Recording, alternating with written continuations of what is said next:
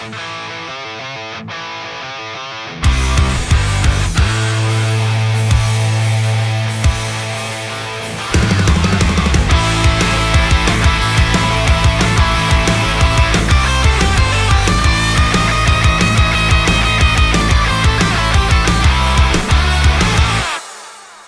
into the Stardom Fantasy Football Podcast. As always, I am your host, Stefen McKinney, joined by the trusty Jacob Stevens. Heyo. And Ashton Mitchell. Guys, this is back-to-back nights now that we're doing the podcast. I know you guys are worn out. I dragged you guys through the mud. I've made you guys prepare endlessly for hours and hours and hours. But we got a big show today. We didn't cover any of our matchups on yesterday's show since we did our Stardom Awards. So we're going to be going through all the matchups, excluding the Thursday night matchup, since that is currently taking place. We're going to be doing our starts and sits, of course, of the week, and then we're going to do a quick rundown of some of the bigger injury news in the league, just kind of running in if they're in or out for the week. So with that being said, you guys just want to jump right on into it, see if we can knock this out. Let's do it.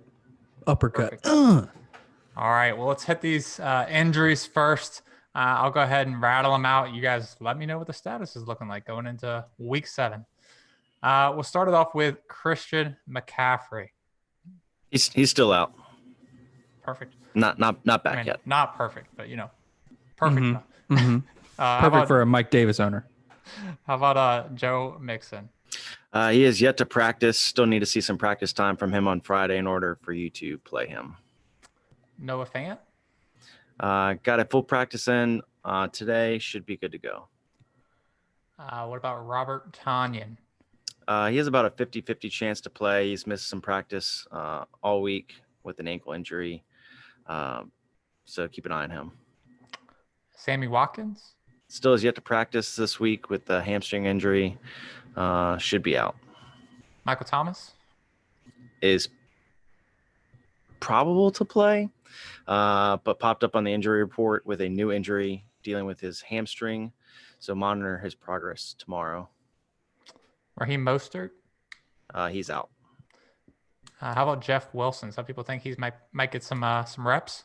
Still a 50-50 chance with that calf injury. Okay. And lastly, what about Jonnu Smith? He is questionable with an ankle injury, so keep an eye on him as well. Okay. All right. Well, I don't know if any other injuries are going to pop up when we get through these matchups, but if you guys have anybody else, make sure to bring them up. But those are the big ones that I had on my radar. But I want to switch it up a little bit for you guys. Let's go ahead and hit our starts and sits of the week right off the front end. I think. Wow. That's what our listeners are here for. They want to know who we're expecting to have big games and who we expect to disappoint. So let's hit those first today, and then we'll wrap it up with all of the matchups in week 7. Does anyone want to volunteer to lead us off for their quarterback start of the week? Why don't you go ahead, Stefen? Yeah, Stefen. Why are you always going to put it on hand us? All right. Well, my quarterback start of the week, I'm going to go ahead and I'm going to double down on my quarterback start of the week from last week. He wasn't quite the hit I was hoping for, and that was not his fault. So my quarterback start of the week is Matt Stafford. I thought he was going to get it done last week against Jacksonville, but he got poached multiple times on the 1-yard line by his running backs. So I expect Matt Stafford, and I forgot to tell you guys, he's playing Atlanta. So I'm just going to end my analysis. Say no more, friends. Say no more. All right. I'll pop in here. I got good old Justin Herbert. Herbert is, I think he's been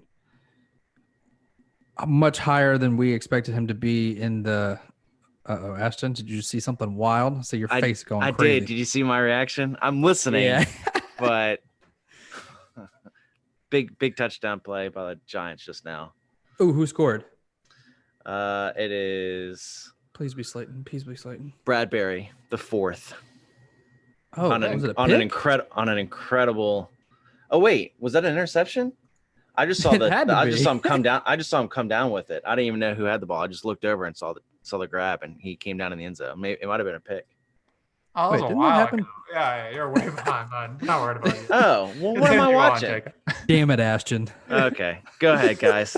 Anyways, reaction as time I is was way saying, Justin Herbert, he's been playing great. I don't see him slowing down at all against this Jacksonville D that ranks 26th in the league against QBs. And Herbert, honestly, since he's had one game under 22 points, so I just got a feeling they had a bye week. Got a little healthier with Keenan Allen. Mike Williams should be back this week, so I'm pumped up. Cool. I got Big Ben as my QB start of the week. Look, he had a rough week, and with Cleveland in week 6. He had 2 pick sixes or something, or they didn't need him. It was a bad game. It was a bad game. But prior to that, he's been putting up roughly 20 points each game. So I'm looking for him to have a bounce back game against Tennessee. Tennessee has allowed the likes of Gardner Minshew and Kirk Cousins, Deshaun Watson to all score at least 3 touchdowns. So with Ben's capabilities and his stellar receiving core, I think he's going to be just fine and have a great bounce back game. Very nice. All right, let's move on to our running back starts of the week. Does anybody have, kind of a standout one that they want to go ahead and tell us about first? I've got a bold one if you're ready for it. I'll take bold. Okay. Well, I'm going to the same game you were in with your QB. I'm going with Lions running back DeAndre Swift. Oof. After the bye week, we really saw him extremely involved in that offense, and they really say to never chase points, but I'm going to do it. I'm going to do it so hard right now. I think Swift is just the way that he's been in the passing game has been ridiculous. And I mean, Stefen talked about it a little bit earlier this week. He's got a receiving floor that's made him basically a startable running back every single week. He hasn't blew up the world like he did for 25 points last week, but they're playing the Falcons, definitely a below average run defense. And I think the receptions is where he will make hay. I'll follow. I am. You guys aren't going to be ready for these stats, and I'm sorry, but I'm starting Antonio Gibson. A lot of people are hesitant with him. He's had a rough couple past 2 games, but before that, he had I think a 3-game span where he had scored each game. So yeah, he scored against Arizona, Cleveland, and Baltimore. So facing the Dallas defense, who's given up 502 rushing yards, 5 touchdowns on 83 carries. They've struggled against. Keep going, but I'm just saying. I think the people need to know what kind of situation. Hey, they're getting help back this week. I want you to know that Sean Lee, Woozier, it's all coming back. Just get ready. Yeah. Be scared. Oh, trembling. NFC East is a scary thing, my friends. Y'all don't even know. So the football team is favored. So. Even with J.D. McKissick in the format here, who's getting a lot of looks as well and a lot of carries, I think this is going to be a game where they would hopefully utilize Gibson's talent and see a lot more potential here with him getting some higher numbers and a bounce back game. So I think it's a solid start against Dallas. Very solid indeed. My running back start of the week is Ronald Jones versus the Las Vegas Raiders.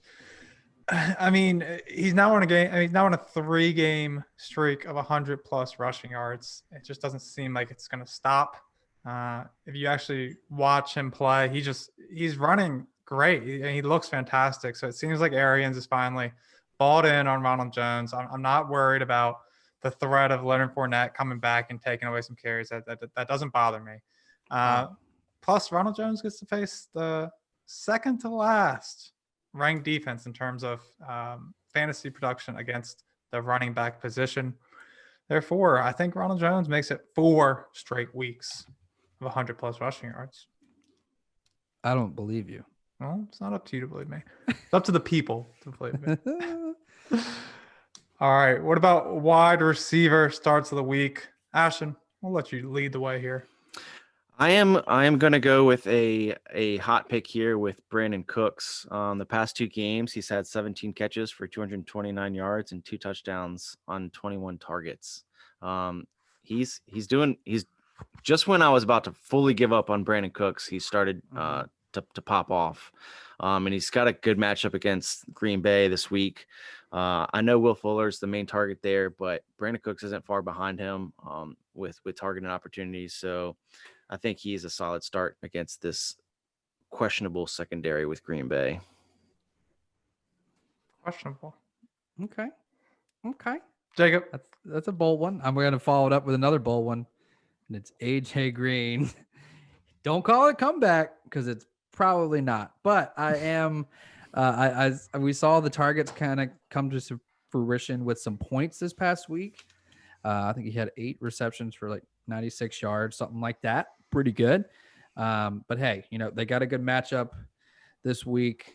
The Browns are the 29th worst against wide receivers. I think we've seen T. Higgins really kind of blossom into one of their top receivers, and I think he's going to get covered a little bit heavier than AJ Green, and it's going to be a little bit of a revenge game because he played very poorly against the Browns last time. So hopefully he will bounce back because I picked him off the waivers after I dropped him in a league that I needed him. So I'm going all in on AJ Green this week. Oh, you bought back in after 1. Gotcha. Yep. Good.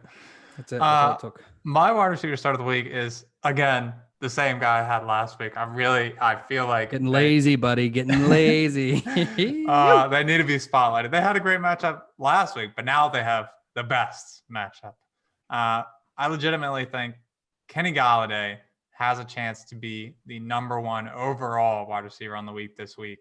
And he's got Atlanta again. So, I mean, we can end it there. I can expand. Leave it at that. But look, I called for him last week to get 100+ yards and a touchdown. He got over the 100-yard mark, but wasn't able to find the end zone. I told you they were vultured by Swift. So this week, I think he can find the end zone once, maybe twice. Who knows? Maybe even 3 times. So we got 3 Lions. Are we gonna have one more, guys? Are we gonna complete the sweep? I was looking at matchups and I was like, Hawkinson's looking pretty good, but I already got Golladay. All right, what about tight end start of the week? I'll lead us off here. This is my boldest one, so I'll go ahead. My tight end start of the week is Dalton Schultz versus the Washington football team. Definitely my riskiest pick so far for my starts. Andy Dalton, if you watched the game last week, was atrocious. The whole Dallas team was not good. But I think this matchup with Washington, it should be a more competitive game than we thought coming into the season. Now that we have Andy Dalton under the helm, so I'm going to say that Andy Dalton gets it going a little bit more this week, and he's going to rely on his tight end to get him out of some shaky situations against that good Washington defensive line. So Dalton Schultz, tight end start of the week. That's pretty nice. So I'll hop in here. I'm in same matchup that I just talked about. Bengals, Browns, Austin Hooper. He's definitely kind of turned it on here these past few weeks. I believe in him. I think he's going to give us all the points. I picked him off waivers because I had a tight end on bye. So maybe I'm a homer. Maybe I'm just basing this on my fantasy team and hopes and dreams. But the Bengals have given 2 top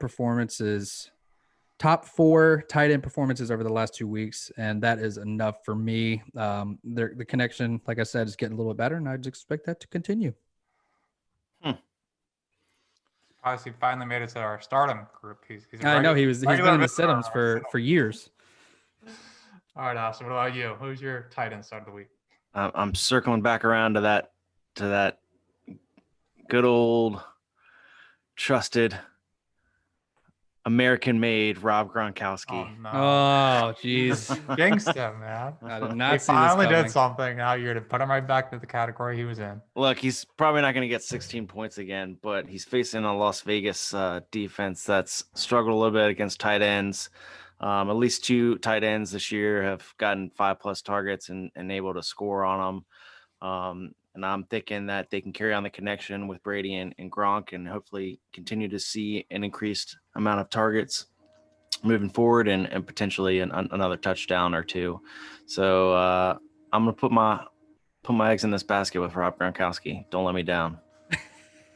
Like never before. I swear to God. All right, let's jump into our sits of the week. I'll lead us off again.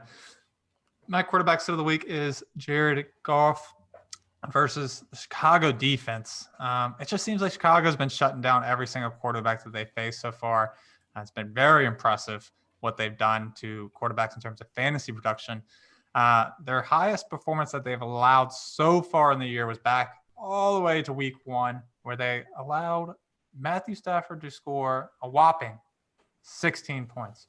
So if that's, the greatest that Jared Goff's going to do this week, I think he should be considered my sit of the week. I like that. I can appreciate it. Thank you. I think we're riding along that trail because I did that with Teddy Bridgewater last week because I was just terrified, and he put up 11 points. So nobody wants that. So a little bit further down the line on great defenses against QBs, got Derek Carr.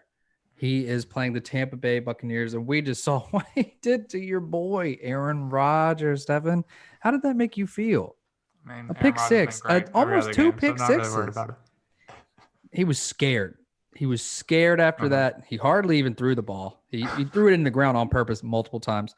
I'm expecting Derek Carr to do more of the same. He is coming off a great week against Kansas City, but that was 2 weeks ago. They had a bye, maybe a little rusty, and Tampa Bay, they're staying hot. They're going to come out there, and they're going to get at least one pick, guaranteed. Nice. Put it on the record. Put it on the board. I got Gardner Minshew playing against the Chargers. Coach Dougie Doug has mentioned even the possibility of benching Minshew if offense continues to struggle.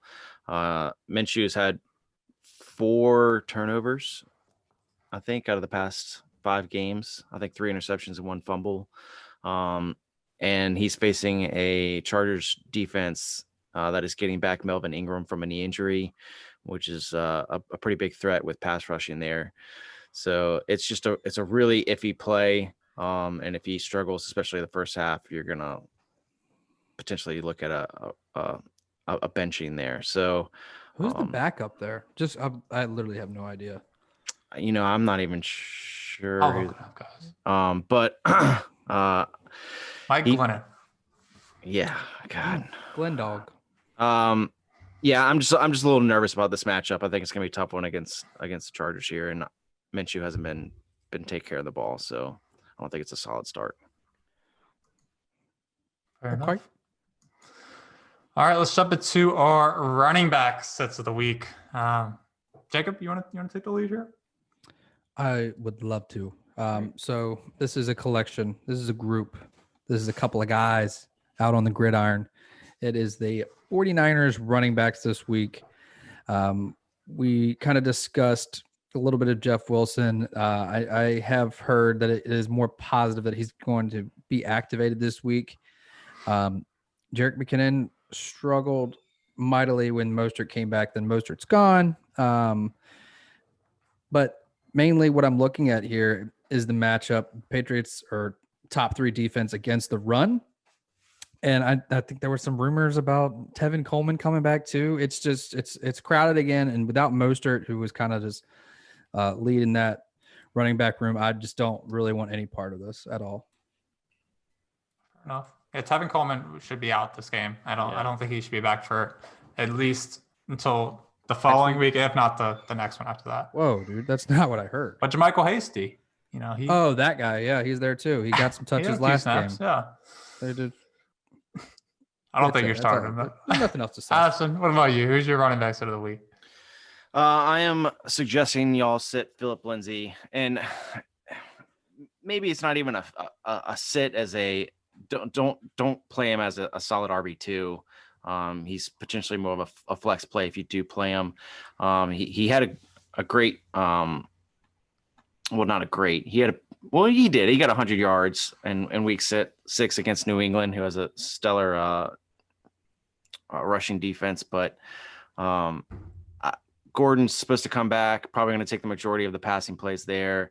I expect Lindsey to still get a decent amount of touches, but I think it's going to be a tough matchup against Kansas City, and with Gordon coming back, you're going to take a hit regardless. So I don't want people to ride high on the Gordon situation, thinking that he's not going to get any play time, because I think he is, and Philip Lindsay's probably going to take a hit coming back. So would you say that Melvin Gordon is in the driver's seat?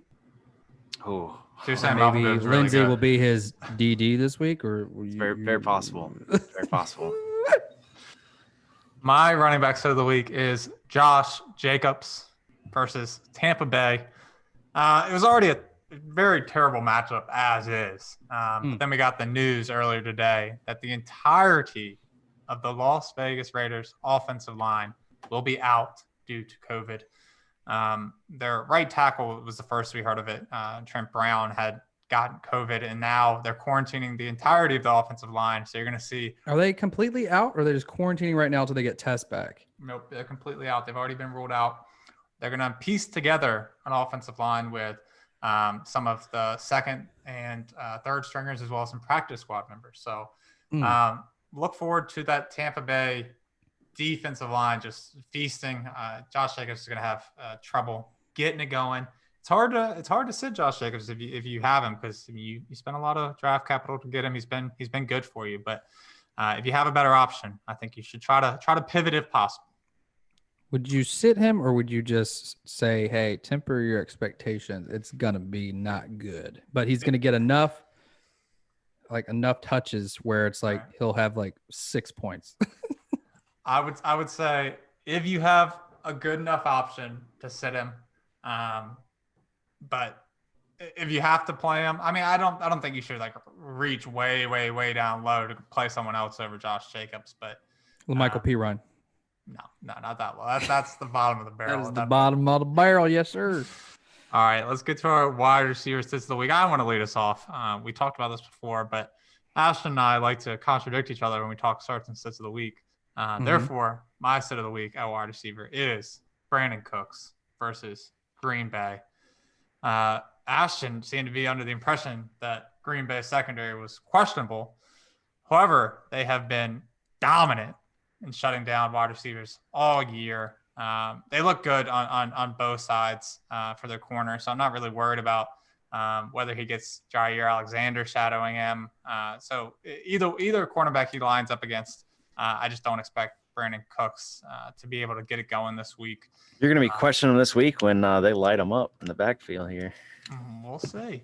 Right. But I think, look, you're riding high on Brandon Cooks right now. He's been the wide receiver 2 for the last 2 weeks in terms of total points.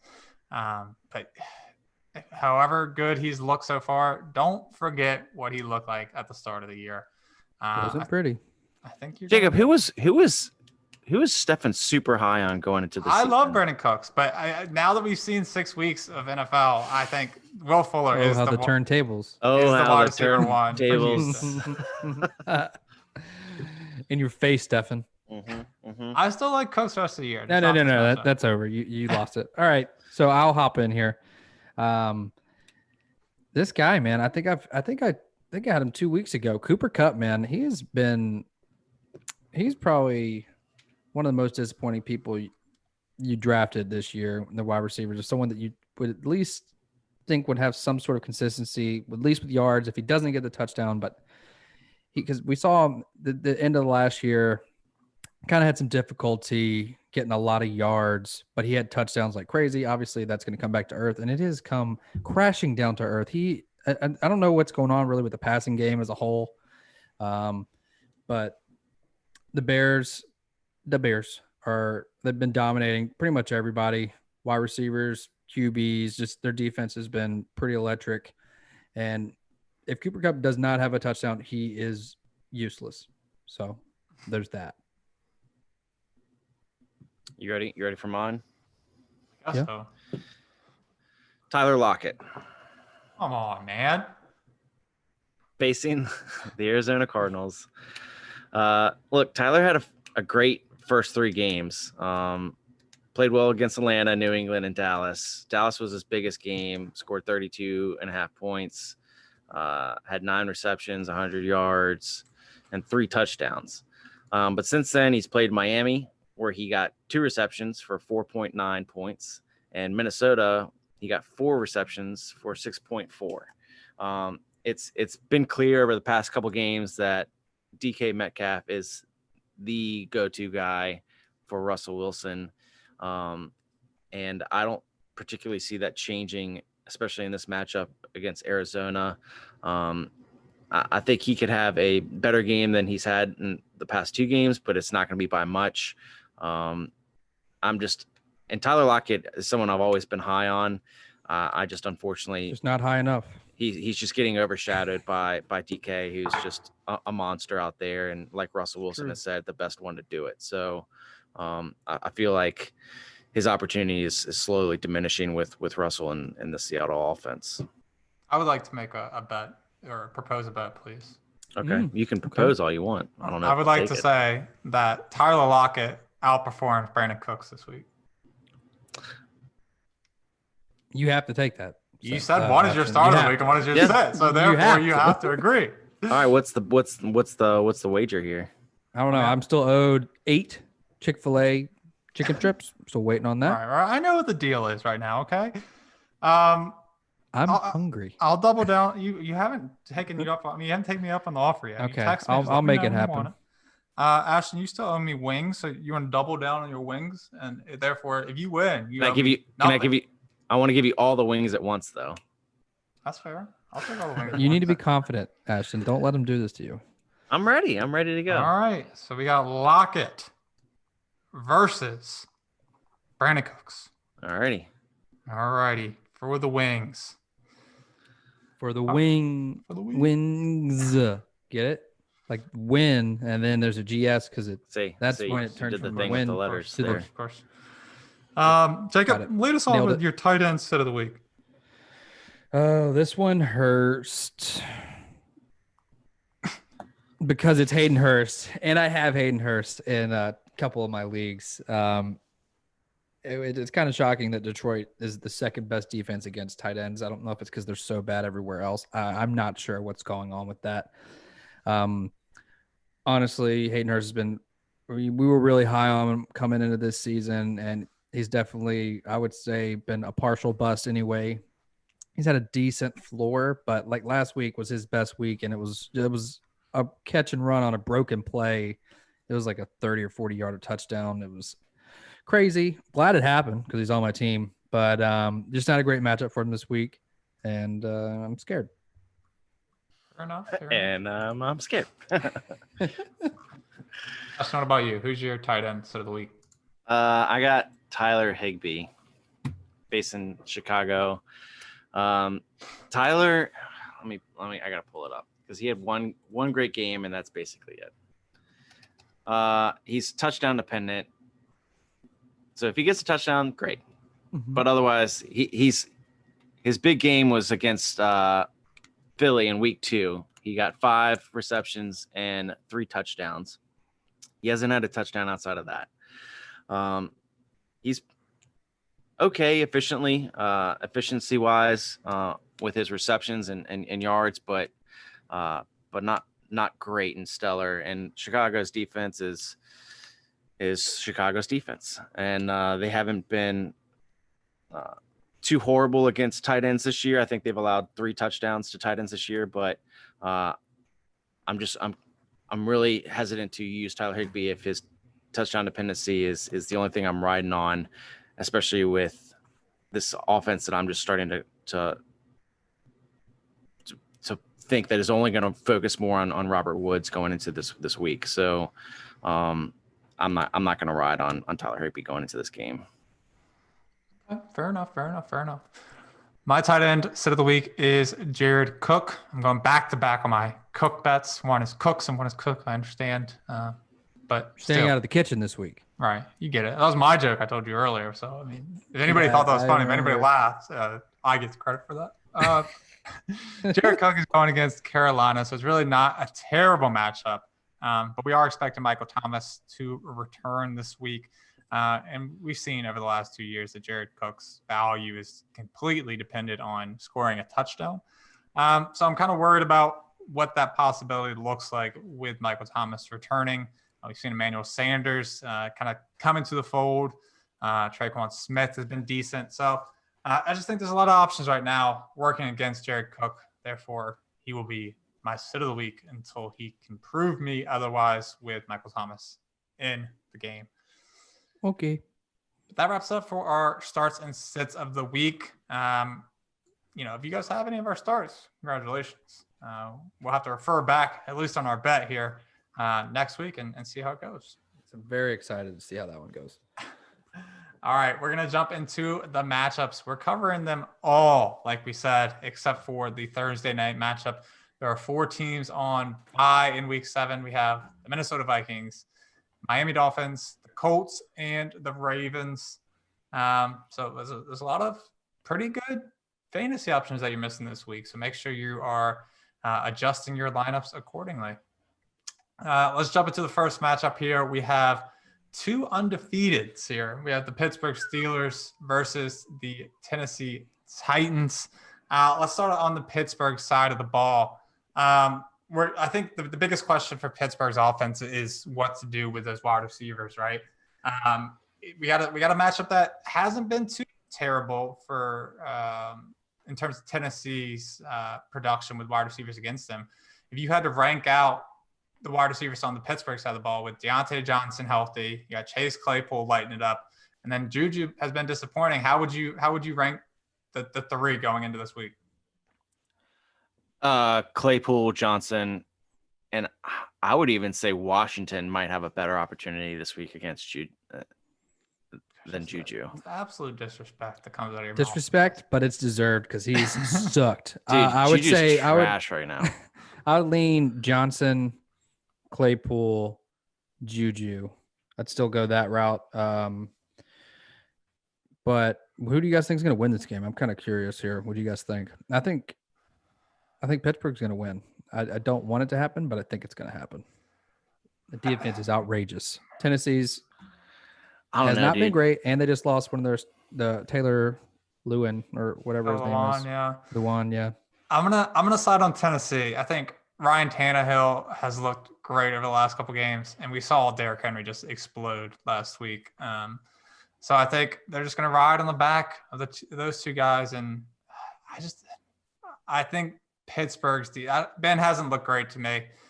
He's been kind of riding some short dump offs and letting his wide receivers do the work. So riding the defense, man. He hasn't had to do Tennessee. anything hardly. Tennessee by a field goal. Tennessee by a stiff arm from Derrick Henry. Are you guys starting any receivers outside of AJ Brown on Tennessee's side? Corey Davis should return this week. We saw the connection. Do you want Corey any Davis. of that? Do you want any of that action? No, not against Pittsburgh. Just say no, and we'll move on. But he should be rostered. Corey Davis should be rostered. How about Jonnu? How are we feeling about these tight ends? Yeah, well, I know. So Jonnu is still questionable. We don't know that he will play. He's still a 50-50. But if Jonnu doesn't play, we saw Ferkser explode onto the scene last week. I think he was tight end number 1 overall. That's correct. Do you guys want any of that action? Do you see someone that you put it in a pinch? I think if Corey Davis is coming back, that could diminish the tight end use there. But I don't know, man. Tennessee's tricky, and I can see them using everything they got against Pittsburgh. So it could be worth a pick. Fair enough. And then lastly, the quarterbacks. I mean, these are 2 quarterbacks that are probably in the same tier just because Tannehill has a harder matchup. But Tannehill's been great. But if you had to choose between the 2 for this game, which one are you giving the edge to? You said Tannehill over Ben? Tannehill or Ben, yeah. I'd probably go Ben just because of the receiving core here. Tannehill has looked great, but I think Ben probably has a slight advantage with his. Yeah, I'll take Big Ben as well. There. Yeah. Okay. But I mean, I don't think Tannehill's far behind. I mean, he's been on fire, so you can't deny that. Fair enough. Tannehill's definitely going to get more done with his feet than Big Ben is. True. All right, let's jump into the next matchup. A little bit more of an exciting matchup we got on our hands here. We have the Dallas Cowboys facing off against the Washington football team. We're going to see a game that's just really, it's probably going to be the game of the week. Big rivalry. Big rivalry here. We got the Andy Dalton-led Cowboys versus the Kyle Allen-led Washington football team. Did we ever think we'd get to this day? Headlining quarterback. Marquee. I guess let's talk about, some players here that you guys are excited for in this matchup. I mean, both defenses aren't great. Neither team is great here. So where do you guys see some fantasy production coming in this game? Scary Terry. Yeah, I think this could be a bounce back game for Terry McLaurin.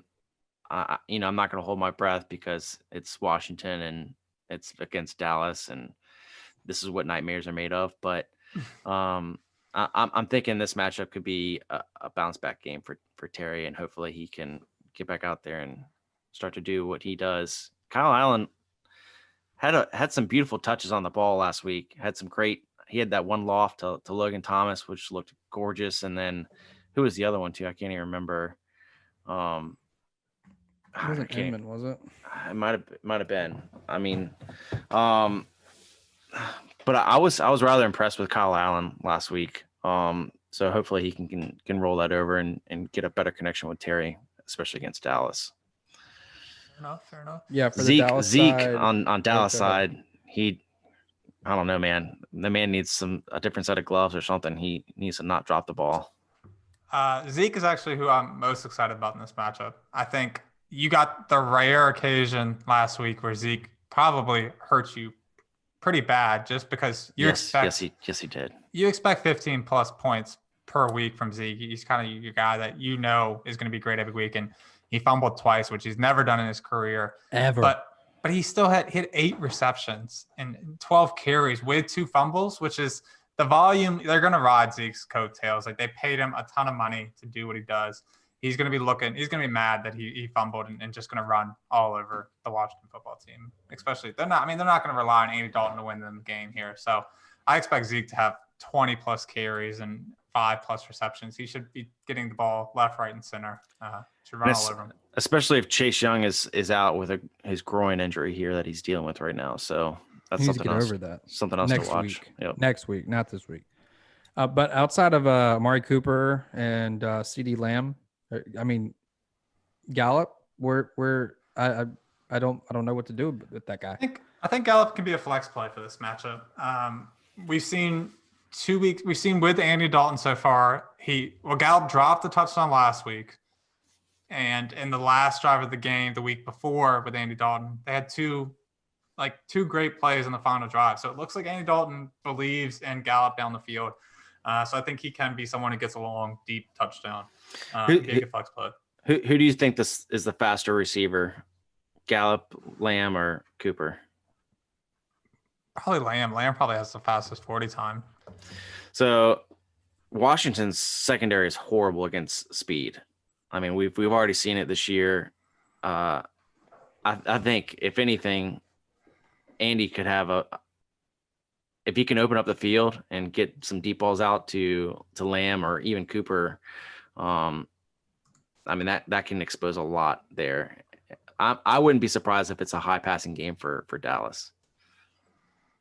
Fair enough. Let's jump into the next matchup. We have a lot to go through here. So I don't want to harp too long on any of them. We got the Bills versus the Jets. I mean, on the Bills side of the ball, is there anybody you don't want to play? They should have a great game. Especially, I mean, Josh Allen, if you're worried about him, his 2 bad games in a row, this is the one you plug him right in and have no worries with. But is there anybody on the Buffalo side that you don't want to play? Is there someone that you're a little bit concerned about, or is John Brown? He's slightly injured, so if he's active, I'd probably just stay away from him. That's about it. I'd keep an eye on Beasley too. His touchdown last week, he got up and looked like he was limping a little bit. Yeah.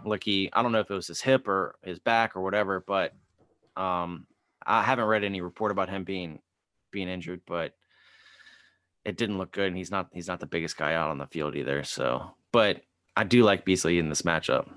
Yeah. What about Singletary? Singletary in play this week? I mean, sure, because it's the Jets, but I'm outside of that, I'm not really too interested. That's fair. Yeah, it's not that fun. If you can pivot, I would, but the Jets are the 29th worst running back defense. So, but the question is, who's going to get the valuable touches with Zach Moss being back? So, that's fair. We will see. On the Jets side of the ball, is there anybody you want to talk about? Outside of Jamison Crowder? The aforementioned Jamison Crowder. He's the only person we ever bring up on the Jets.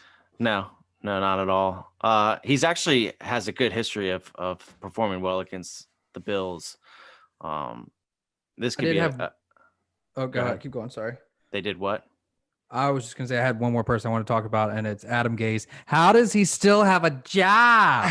I don't know, man. We've asked ourselves that before the season even started, how Adam Gase is head coach of the NFL. But, I mean, hey, guy has to be a brilliant talker, I would think, just because he still has a job here. He's got googly boogly eyes. But yes, do not start any Jets unless their name is Jamison Crowder. Why?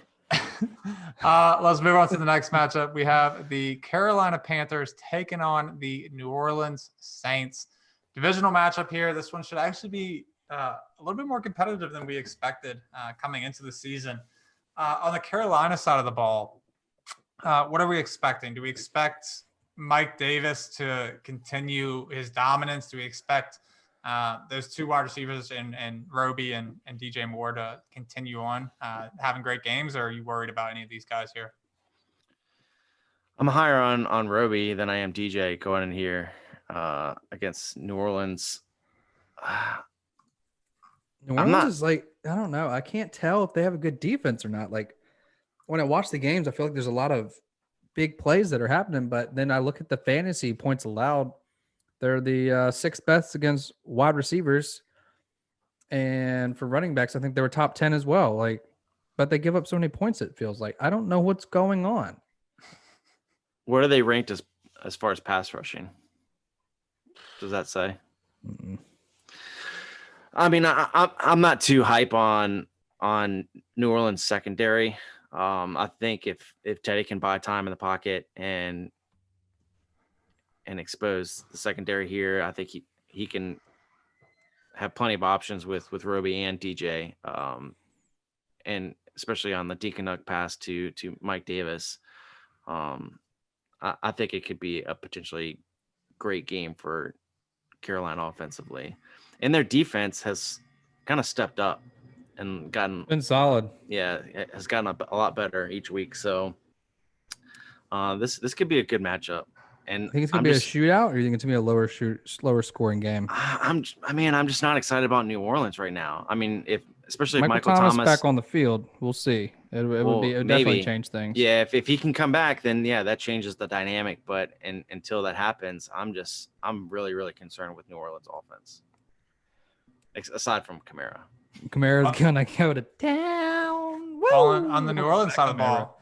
Yeah, obviously Alvin Kamara is going to be great. This is a matchup that you look forward to against the Carolina Panthers defense. But I think Latavius Murray is in play this week. We've seen him get carries. We've seen him get touches. And this is a terrible defense against the run. So I think you could see some red zone snaps and some red zone carries for Latavius Murray. So if you need someone to put in a flex, I think he's a guy that you can consider this week. I got him if y'all are interested in a trade. All right, let's move on to the next matchup. We have the Green Bay Packers taking on the Houston Texans. We'll start on the Packers side of the ball. We said Robert Tonyan is 50-50 to go this week. But outside of the obvious, like you're playing Aaron Rodgers, you're playing Aaron Jones, and you're playing Devontae Adams. Is MVS a consideration for you? Are any of those other wide receivers a flex option? No, I'm not jumping back on MVS. And this is what's going to happen. It's like the times I do pick him, he gives me goose eggs. And then in the times I don't, he's going to put up 15, 20 points. So I'm over that emotional roller coaster. Y'all mess with him if you want, but I'm out. Yeah, I'm probably out as well. Obviously Lazard's been out, so it's really just MVS is the next guy. But he's just disappointed us all. It is a great, juicy matchup. but I think I'm gonna have to. Pass, especially after that horrible showing last week. I think Aaron Rodgers and Devontae want to take this opportunity to connect and bring back that magic. But if Tanyan is out, though, I will say I would contemplate MVS. I would think about it. I'd probably say no, but I'd think about it. I would actually think about it at that point. On the Houston side of the ball, we obviously have differing opinions in terms of their secondary. But I think this could be a good David Johnson week. Green Bay's actually been surprisingly terrible against the run. And David Johnson's been looking better as of late. He had some tough matchups, okay? And their team, they're getting him more targets with Bill O'Brien gone. I totally agree. I think he could have a really big week. He was almost my start of the week because it was close. It was close. But out of the two, we've seen Brandon Cooks have 2 weeks back-to-back of great production. We've seen Will Fuller have great games outside of the Goose. Are you still rolling both of those out there in this matchup? It's tough. I think some people are going to have to.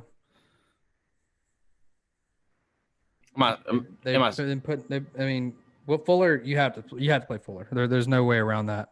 Cooks is, I think it depends on what you got.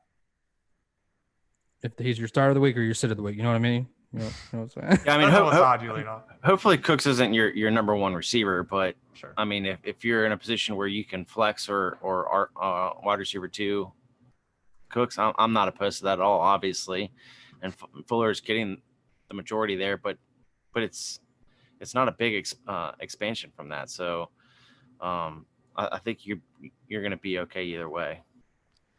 You play possibly Darren Fells with Jordan Akins out. We've seen back-to-back weeks with touchdowns for Darren Fells. Is he someone that you can pick up and play? I mean, the tight end landscape the way it is. Yeah, I like Darren Fells. I was high on him past couple of years. Yeah, I mean, we did see Green Bay get shredded by Rob Gronkowski last week, so that was the only performance in the top 20 that the Packers. So if Gronk can do it, Fells can do it. I'd avoid it. I'm looking at it now. Like I said, they haven't allowed. That was the only performance in the top 20 of tight ends allowed by the Packers. But see, this is what's great about the NFL. Once someone does it, then it exposes the weaknesses. The floodgates open, and then everyone and you just see the shifts starting to change. So, fair enough. All right, we got a few more to go through here. What about the Cleveland Browns taking on the Cincinnati Bengals? We've already seen this game once this year. Back in week 2, they've already played each other. Do you guys kind of expect some different results in this game? Cleveland obviously looked horrible against Pittsburgh last week, but other than that, they were looking pretty good. Are you okay reverting back to your options on the Cleveland side of the ball? Baker was dealing with a rib injury. I'm not sure if that's still in question going into this week. But I think he's going to have a bounce back game against Cincinnati. I'm not high on Jarvis Landry. I think OBJ could have an okay game. Landry actually, came out that Landry had a broken rib. Yeah, he's got a broken rib, and he said, out? I quote, "It hurts." Oh, well, yeah, it does hurt. I can't believe it. Obviously, Austin Hooper is your start of the week, Jacob. So I'm assuming you're playing him if you have him. But what about on the Cincinnati side of the ball? We know that Joe Mixon might miss this game. If Mixon misses, is Giovanni Bernard someone that you guys are considering as a play this week? I'm not crazy about it. If you're absolutely desperate for a running back, but no. Fair enough. And then we have the wide receivers. I mean, again, this is a tricky wide receiver core to figure out. It looks like T. Higgins has kind of emerged as the number one over the last couple of weeks. But before that, it seemed to be Tyler Boyd. And coming into the season, we thought it was AJ Green. So at this stage, thought it was AJ Green. How do you rank these 3 guys, 1, 2, and 3 in this matchup? I probably have Higgins slightly above Boyd. AJ Green, was he still leading targets last week? I don't know. I think so.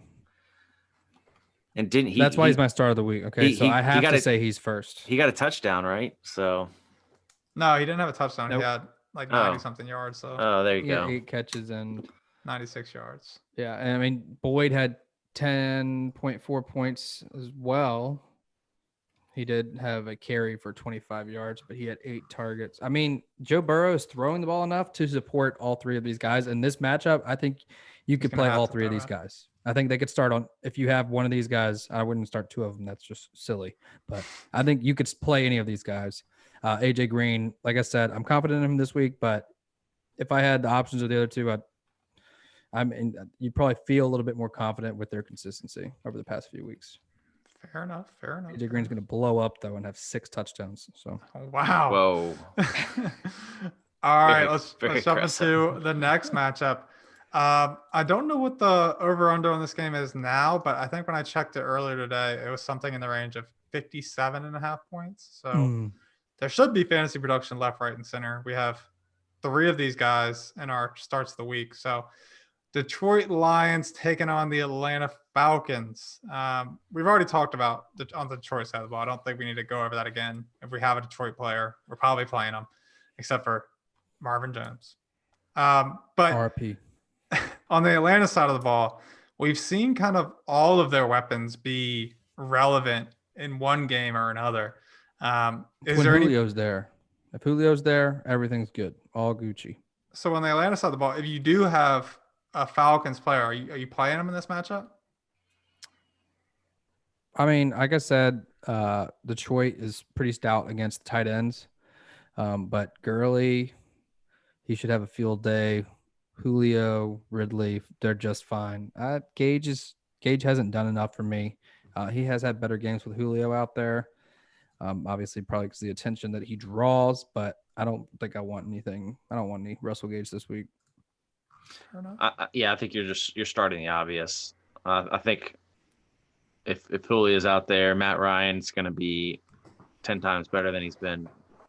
All right, so is this a Matt Ryan week? Is this a week that you're fine playing Matt Ryan? Absolutely. Yeah. Especially now that he's gotten some, seen some light at the end of the tunnel here. New coach, you mean? Yeah. Yeah, I'm still high on Calvin Ridley, Gurley. I think they're all a go. Cool. Let's jump into the next one. We have the Tampa Bay Buccaneers taking on the Las Vegas Raiders. On the Tampa Bay side, obviously, Ashton is high on Gronk now that he has had a decent game. Now that he's come back from the graveyard. At last. That's all I needed. Now you're going to ride back on Gronk for the next couple of weeks while he is terrible, and then you'll get off the train and he'll have one more good game. But on the Tampa Bay side, again, I think this is a matchup where you're probably playing any Buccaneer that you have. I mean, you got great matchups for Ronald Jones, Chris Godwin, Mike Evans, and I guess Gronk if you want to take that chance. But is there anybody in Tampa Bay that worries you? Oh man, Chris Godwin coming off the injury. He'll be fine. Who am I kidding? Mike Evans and Chris Godwin should be good to go. Gronk. They don't worry me to the point where I'm not going to start them. I mean, yeah, that'll never happen. Mike Evans has been touchdown dependent, and Chris Godwin, just came back. So, I mean, I'm hoping to see Chris Godwin has just a growing amount of opportunity with Tom Brady, but I'm not gonna. It's not to the point where I'm not consider benching them. Mike Evans did have 1 catch for 10 yards and no touchdowns last week. Is that worry you at all? The defense dominated Aaron Rodgers. I don't know if I talked about that earlier. That was against there was a pick six. There was a pick six and almost another 6 picks. A pick six. Picks. It's 6 picks. It was 6 picks total, but 1 was a pick 6. Ronald Jones, that's why he was running all over the place. Because they didn't really have to pass it that much because Aaron Rodgers sucked it up, started crying on the field, and they lost big time. That's fair. He did the one hip thrust, and then it all went downhill. All right, let's switch it over to the Las Vegas side. Obviously, we have two of our sits of the week here with Derek Carr and Josh Jacobs. We're worried about them. There's a tough defense. Their offensive line obviously is going to be a mismatch of just everybody they can find to play. But what about Darren Waller? Like, he's been a guy, like we've said it before, this tight end. It's hard to find a good tight end. Darren Waller's been a guy that, especially if you play in PPR, half PPR, can be relied on. Are you possibly trying to find a better option here? No, never. I don't think you're going to. I mean, you're going to try to trade for another tight end in this position. Would you play Darren Fells over Darren Waller? Absolutely not. How dare you? No. Waller's a must start always. Okay, you say so. I do. All right. Let's move on to the next matchup then. Let's talk Jacksonville Jaguars taking on the LA Chargers.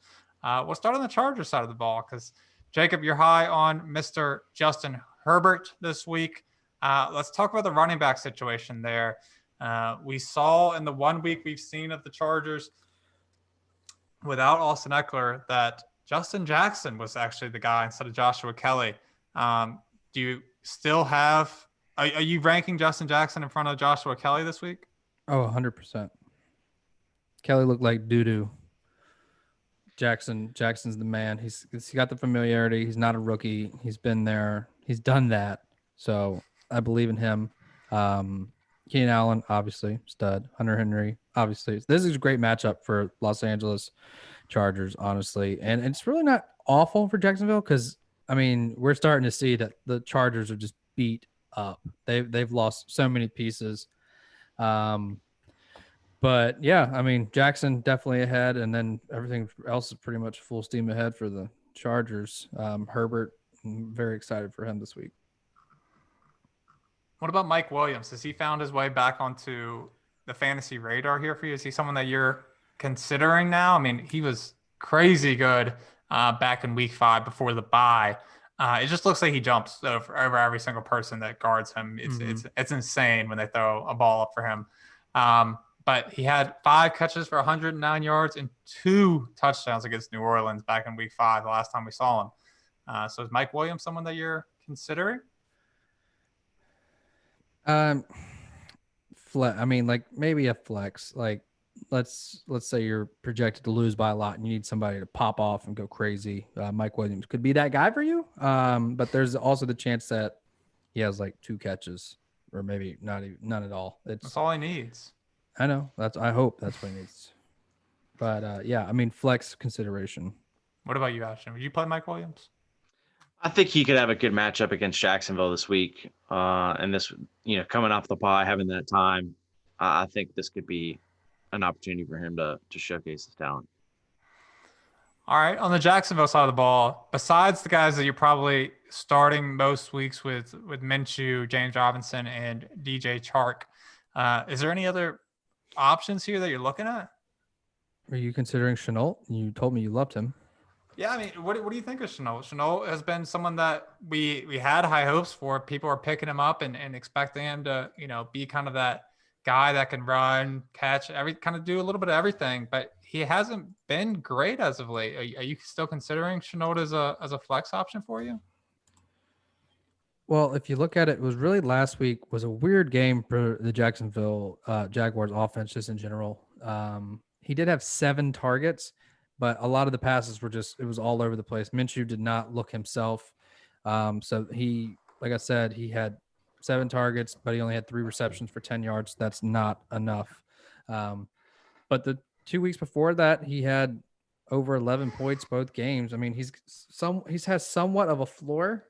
But I think Keelan Cole would be who I would play this week over Shenault just because he's been so consistent. Mm-hmm. Yes. Mm-hmm. Ashton, is anybody else that you're considering in this matchup?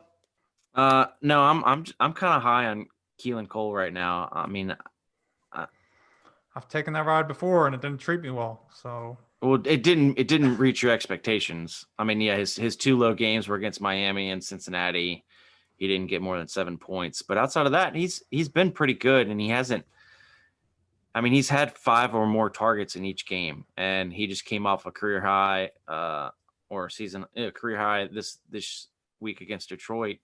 He got 17.3 points, 143 yards, 9 targets, and 6 receptions. I mean, he's got the ability. It's just a matter of them feeding the ball to him. So if this can be a shootout game and Minshew stays in and there's no struggle with ball control, then yeah, I think you could definitely start Cole, probably more of a flex position than anything, but I think he's worth a look. All right, we have 4 more matchups here to go through. Let's start off with the 49ers taking on the Patriots. We've seen a little bit of left and right from the 49ers. We don't know what kind of offense we're going to get from them these last couple weeks. Jacob, you don't like this backfield for San Francisco, but what about the wide receivers? Or actually, is there anybody outside of George Kittle that you're interested in San Francisco this week? Probably Debo. They include him in a lot of gadget plays. Now we saw Brandon Ayuk do a little bit while Debo was out, but I think Debo is gonna he'd be my next option. But I'm not excited about it. Fair. On the New England side of the ball, Ashton, is there anybody who really sticks out as kind of the main beneficiary here on this New England offense? Is there anybody you want to start? No, there isn't anyone I want to start. How about Cam? No. I'd start Cam. That's probably the only guy over there. I don't White. I don't know if I would until he hasn't been throwing the ball great until I start to see him have that connection again with maybe Edelman or. I mean, I don't know. If Edelman can have a bounce back game with Cam, then sure, I'd eat my words and say, yeah, Cam would have been a good start. But until I see that connection established again, I'm questioning it. I think Rex Burkhead, if old Billy Boy can put him in the game, and I don't know, dude, that dude's a workhorse, and I'd just love to see him have good games. And if this matchup lines up to anything, I think they could be putting him out there and he could maybe see some numbers. Well, Rex Burkhead has been 3rd in touches out of this backfield since Damian Harris returned. I know, but when he goes off, man. But he's gone off one time. And it's due. His time has come. All right. You can't always ride the number game, man. You got to play with your gut sometimes. This game seems like a wash in terms of fantasy. I don't know if you're interested in any of these options outside of Mr. George Kittle. Let's move on to the next one. Kansas City taking on the Denver Broncos. On the Kansas City side, are you worried about Clyde Edwards-Helaire? This is the first game we're going to see of Le'Veon Bell. Denver's run defense has been great to this point. What is your expectations for Clyde Edwards-Helaire? He was almost my sit of the week. I think he's still usable this week. I mean, Le'Veon's still getting adjusted. I mean, usable is one thing, but are you happy that you have him Ashton on your team? I do. Are you happy to start him and not against worry? the number 1 run defense in the league? I think that's the worst part. I'm not as afraid of Bell. I think the one league I chose to bench him in this week, and it's not a definite. I'm still debating on what I'm going to do with them, but I was replacing him with Chris Carson. So, that's an easy pick. That's fine. Well, I mean, yeah. Easy, so squeezy. But that's my argument is that I think he's still a viable pick, but I mean, you're looking at an RB2 situation right now. I mean, Le'Veon's going to come in. He's going to take touches away. The whole issue with Clyde Edwards-Helaire is his touchdown efficiency. I mean, he just can't find the end zone. But I don't know. I mean, if it's, I don't think you're going to see a high like you did from him last week again moving forward. I don't think you're going to see the volume that he got. I think that was the first time since Andy Reid has been a coach in Kansas City that they've run the ball more than they pass the ball. Because it was raining. That's the only reason. Yeah, and the weather conditions were horrible. So, I think that was his peak for the season as far as volume. But I still think he's a viable use. It just depends on where you need him. That's fair. The only other question I have on the Kansas City side is Demarcus Robinson. He led the league. I mean, he led the team last week in receptions as well as targets. It looks like, we saw this last year where when Sammy Watkins was hurt or Tariq Hill was hurt, Demarcus Robinson was the one who stepped up and was that top receiver for Patrick Mahomes. Everybody's waiting for Nicole Harbin to just be dominant, but he disappears. He disappears on you when you expect him to be great. So is Demarcus Robinson someone that you consider as a flex play this week? I wasn't considering it. I mean, the Broncos, their defense is just strong. They're top 12 and wide receiver points allowed. So it's just not a great matchup, man. We saw, obviously, the Patriots don't have a great passing game, but they just got completely shut down this past week. So I wouldn't really go searching for that. It's not like a juicy matchup. You pick them off the waiver. It's not something you're really looking forward to. That's fair. All right, let's move over to the Denver side of the ball then. We talked about it. Melvin Gordon is expected to play here. We're not expected to see any sort of punishment for him. Now we got Phillip Lindsay back. What are your expectations for those two guys? What kind of range do you see them in? I think Lindsay's going to be pushed back to more of an RB2 situation. I mean, I think Gordon's going to come back. Like I said before, I think he's going to see more of the passing role there. I think Lindsay will still get some volume, but it's not going to be the same. Did you say RB2 or RB3 for Lindsay? RB2. Got to be 3. Come on, man. I don't know, man. I think they can still give him the ball plenty, but it really just depends. You're saying that they're not going to serve any punishment. I'd say Melvin Gordon's going to be pushed back as well to I think he's going to be around 16, 17, and I'd probably put Lindsay I don't know. closer to 30. I'm a little hesitant because it's not an official punishment, but I don't think they're going to use Gordon as much as they're leading that thought to be. And he had strep throat, so. Yeah, I think they're going to probably – I mean, I'm anticipating they're going to ease him back unless it's game necessary. So, I don't know. It's a tricky situation with this backfield right now, but I think either way, Lindsay takes a hit with Gordon coming back regardless. And how much do you feel like they're going to be passing anyway?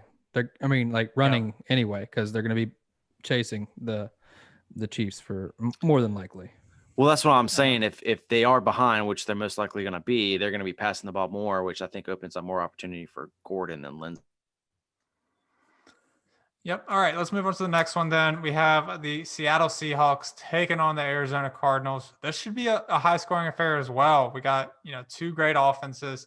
Seattle's defense has been their one weak point so far this season. I think you're probably starting everybody on Seattle. They've all been too good not to start. But on the Arizona side of the ball, we finally saw the Kenyon Drake week. Is Kenyon Drake back into your lineups as locked and loaded running back?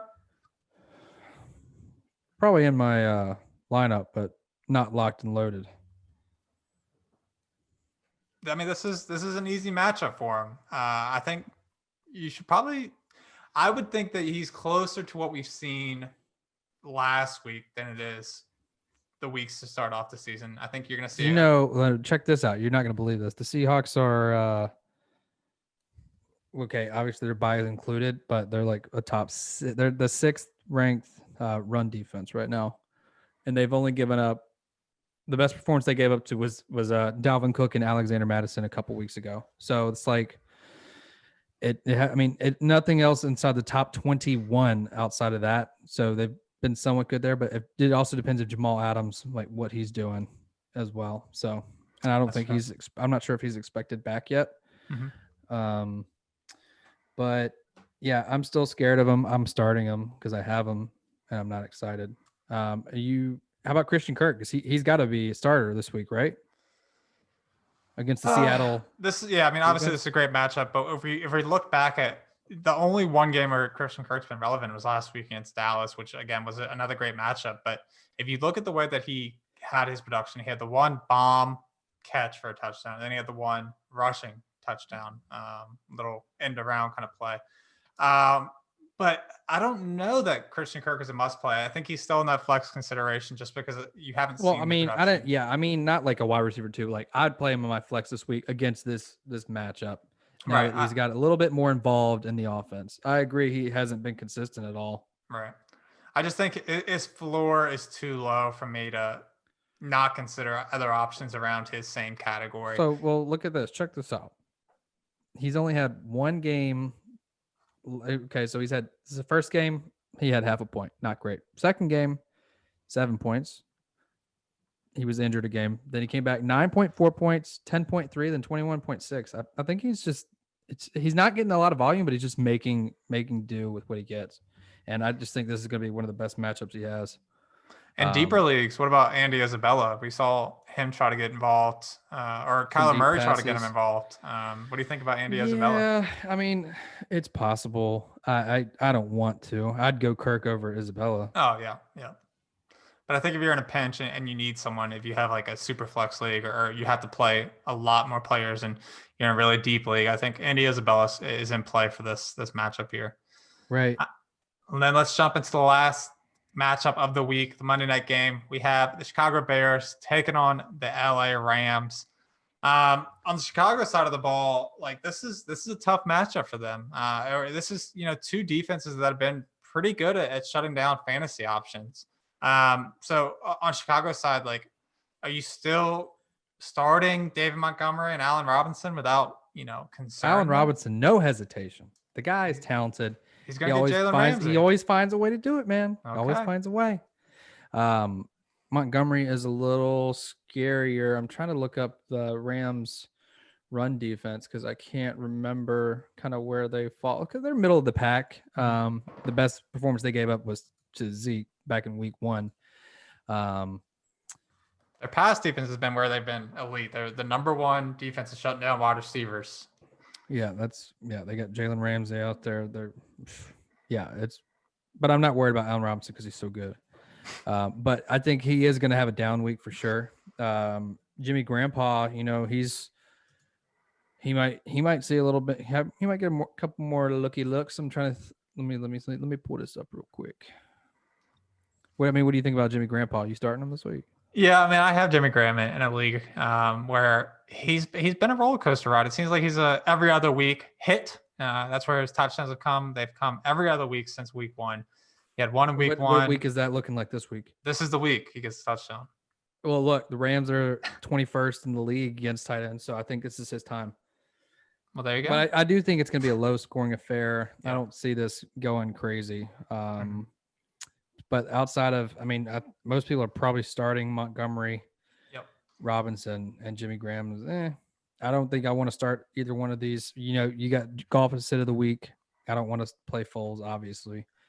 I hate Kupp this week, but most people are. I'm benching him in one of my leagues, and I don't know. It's scary. Are you bought in now on Darrell Henderson? Do you think we have a clear-cut number 1 running back going forward? I don't know. I feel like we this is what happens. We get this way, we feel comfortable, and then Sean McVay just says, "Gotcha," and then that's what happens. But they're running the ball so much. I think it's safe to play him this week. Yeah, somewhat safe. I'm not excited about it, but yeah, one of the biggest surprises for me was last week when Cam Akers came back and didn't receive a single carry. I thought that spoke volumes towards what they were seeing out of Darrell Henderson. So I think I have a lot more confidence in that Darrell Henderson's going to be the back until he makes some sort of utter mistake or just has a terrible week where Sean McVay tries to give someone else a go at it.